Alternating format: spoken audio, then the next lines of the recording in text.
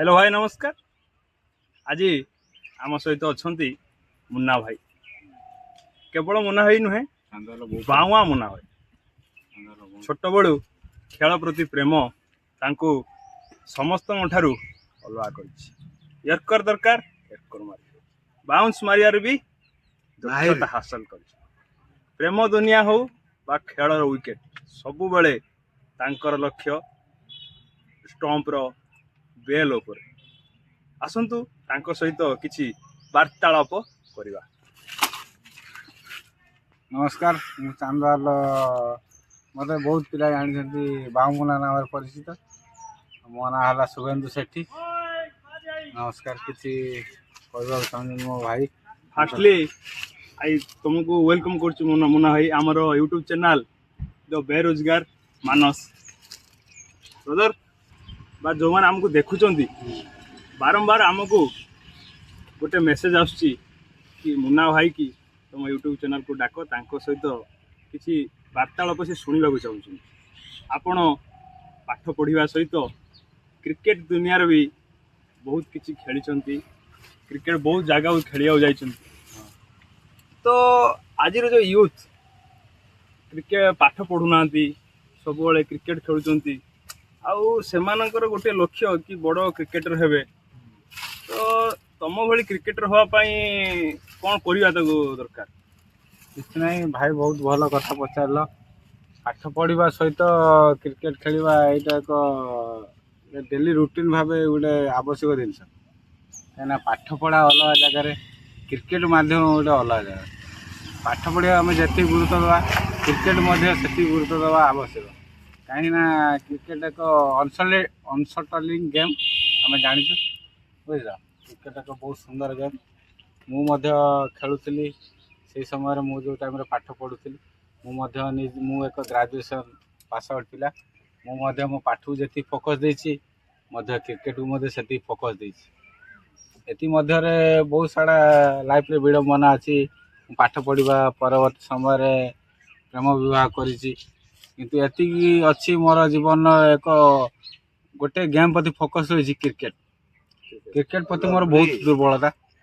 मु चांदबाली अंचल बहुत जगह बुली खेल क्रिकेट गेम परिवेषण मोर मोर सफलता हो कि मैच हारिबा जितवा तो समस्त लगी रही किंतु एतिक अच्छी क्रिकेट एक मो प्रति जीवन एक बहुत बड़ भूमिका ग्रहण कर पढ़ा मोर एक घटना घटवा समय कहूँ मु मोर पाठ पढ़ा समय लाइफ चली बेले क्रिकेट प्रति मोर एत दुर्बलता थिला कि मो पाठ पढ़ा सहित संगे संगे क्रिकेट को मु एक जीवन अंश बोली भावी हे तो लाइफ केतला क्या चांस मिल न मिल से अलग कथा किंतु मोर क्रिकेट प्रति आज पर्यंत मोर बहुत दुर्बलता रही एमती कि माननीय मुझे मो खाଇବା पीवा डेली रुटीन छाड़े भी किंतु क्रिकेट जो जेकोसी जगार मैच हो कि आज गोटे जगार प्रैक्टिस हो मुझे मोर मो नीति डेली रुटीन को भूली जाई सारा क्रिकेट रुटीन भूलिनी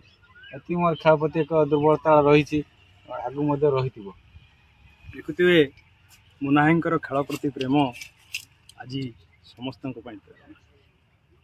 मुन्ना भाई पाठ पढ़ा सहित क्रिकेट खेली आ सुनाम कमाई क्रिकेट भारत में आम बालिया एक इमोशन यह केवल खेल नुहे it is the part of our life. तो मुन्ना भाई आ गोटे कथा आज पचारि आपण निहाती भावे जो छात्र थिले दृष्टिगोचर करेंगे वर्तमान यूथ छोट बयस गोटे मद हो सिगारेट हो बा गोटे गंजेई हो यही जो गोटे खराब कम रे मातुंट।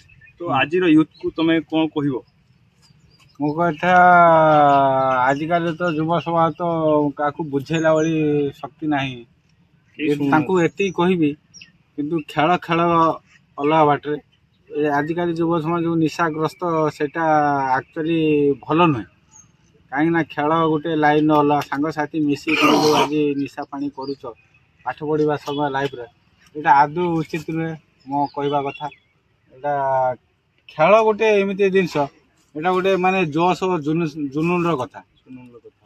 କିନ୍ତୁ ପାଠ ପଢ଼ିବା ସହିତ ଯେଉଁମାନେ ଖେଳୁଛନ୍ତି, ପ୍ରାୟ ପାଠ ପଢ଼ିବା ପିଲା ତ ଆଜିକାଲି ମାନେ କହିବାକୁ ଗଲେ ପାଠ ପଢ଼ିବା ସହିତ ଖେଳ ଗୋଟେ ଲାଇଫ୍ର ନିହାତି ଆବଶ୍ୟକ ଜିନିଷ। କିନ୍ତୁ ବହୁତ ଯୁବ ସମାଜ ଅଛନ୍ତି ଗୋଟେ ନିଶା ଆଡ଼କୁ ଗ୍ରସ୍ତ କରୁଛନ୍ତି। ନିଶା ଆଡ଼କୁ ଗ୍ରସ୍ତ କରୁଛନ୍ତି। ଏଥିପାଇଁ ଆଜି ସାଙ୍ଗ ମିଳିଗଲା, ଆଜି ଚାଲିଛୁ ଆମେ ଖେଳିବା ପାଇଁ, ଆଜି ଏଠି ଏମିତି ହେଲା, ପାର୍ଟିଟା ହେଲା, ସେମିତି ହେଲା, ଅଧିକ ପିଇଦେଲି, ଘରେ ଗାଳି କରିଦେଲେ। ଏଇଟା ହଁ, ଏଇଟା ସମସ୍ତଙ୍କ ଲାଇଫ୍ରେ ଘଟିଛି। ଏଇଟା କେତେବେଳେ କେମିତି କଦବା କ୍ୱଚିତ ଘଟିବା ଦରକାର, ଏଇଟା ସବୁବେଳେ ନୁହେଁ। ସବୁବେଳେ ଏଇଟାକୁ ତମେ ଗୋଟେ ଜୀବନ ପାର୍ଟ ଅଫ୍ ଅଂଶ ଭାବି ତମେ କେବେ ଆଗକୁ ଯାଇପାରିବନି। ତ ଏଇଟା ମୁଁ ସବୁ ମୋ ଯୁବପିଢ଼ି କ୍ରିକେଟର ଖେଳାଳିମାନଙ୍କୁ ମୋର ଅନୁରୋଧ, ଏଇଟା କରିବା ବହୁତ ବଡ଼ ଭୁଲ କଥା। ଦେଖୁଥିବେ ମୁନା ଭାଇ ମଧ୍ୟ ଆମ କଥାରେ ଏକମତ ହେଲେ ଯେ ନିଶା କରିବା ଛୋଟ ବୟସରେ ସମାଜ ପାଇଁ ଏକ ବହୁତ ବଡ଼ ଭୁଲ ଦିଶାରେ ଆମ ସମାଜ ଯାଉଛି। ମୁନା ଭାଇଙ୍କର ପ୍ରୟାସ ଆଉ ଆମମାନଙ୍କର ପ୍ରୟାସ ସବୁବେଳେ ରହିବ, କିପରି ଭାବରେ ଆଜିର ୟଙ୍ଗ ପିଢ଼ି ଭଲରେ ରୁହନ୍ତୁ, ଭଲରେ ଖାଆନ୍ତୁ, ଭଲରେ ଶୁଅନ୍ତୁ। ମୁନା ଭାଇଙ୍କ ଭଳି କ୍ରିକେଟର ହେବା ସହିତ କ୍ରିକେଟର ମଧ୍ୟ ଆପଣମାନେ ହୁଅନ୍ତୁ, ସବୁକିଛି ହେଇପାରିବ। ଆମେ ଯେତେବେଳେ ଆପଣ ଏ ସମାଜରେ ଆସିଛନ୍ତି, ଆପଣଙ୍କୁ ଦୁଃଖ ବି ମିଳିବ, ସୁଖ ବି ମିଳିବ। ତ ତାକୁ ରହିକି ସମାଜ ମଧ୍ୟରେ ସବୁକୁ ସନ୍ତୁଳନ କରି ମୁନା ଭାଇଙ୍କ ପରି ଆପଣ ଆଗକୁ ବଢ଼ନ୍ତୁ। ଆଉ ଗୋଟେ କଥା କହିବି ମୁନା ଭାଇ,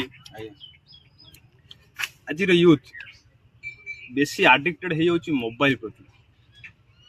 ସମସ୍ତେ କହୁଛନ୍ତି ମୋବାଇଲଟା ପିଲାଙ୍କୁ ଖରାପ କରିଦେଉଛି, କିନ୍ତୁ ଦେଖିବାକୁ ଗଲେ ଏଇଟା ଗୋଟେ କ୍ୱେଶ୍ଚନ ମାର୍କ। ପିଲା ମୋବାଇଲ ଖରାପ କରୁଛି ନା ମୋବାଇଲ ପିଲାଙ୍କୁ ଖରାପ କରୁଛି?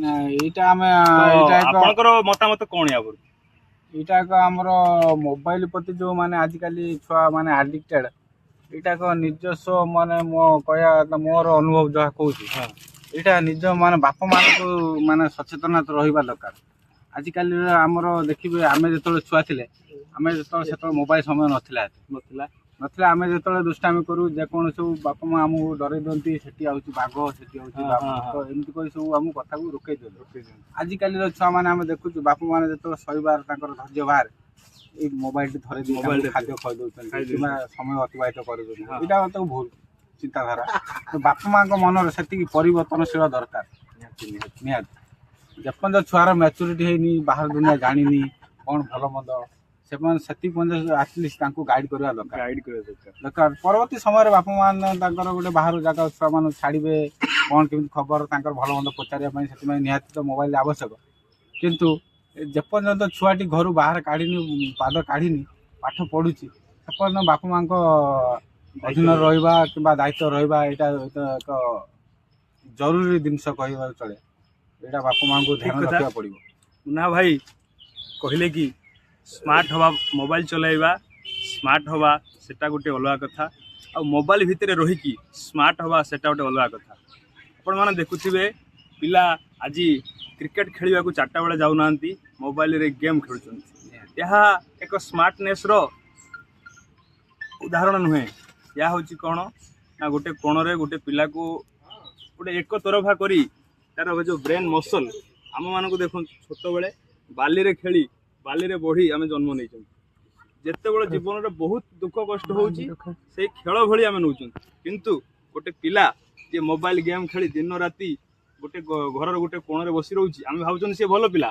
କିନ୍ତୁ ଯେତେବେଳେ ବଡ଼ ହେଲା ପରେ ଗୋଟିଏ ବିଫଳତା, କେଉଁ 10th ଫେଲ୍ ହେଇଯାଉ, କଲେଜରେ ଫେଲ୍ ହେଇଯାଉ, ସେ କ'ଣ କରୁଛି ନା ସୁସାଇଡ୍ କରିଦେଉଛି।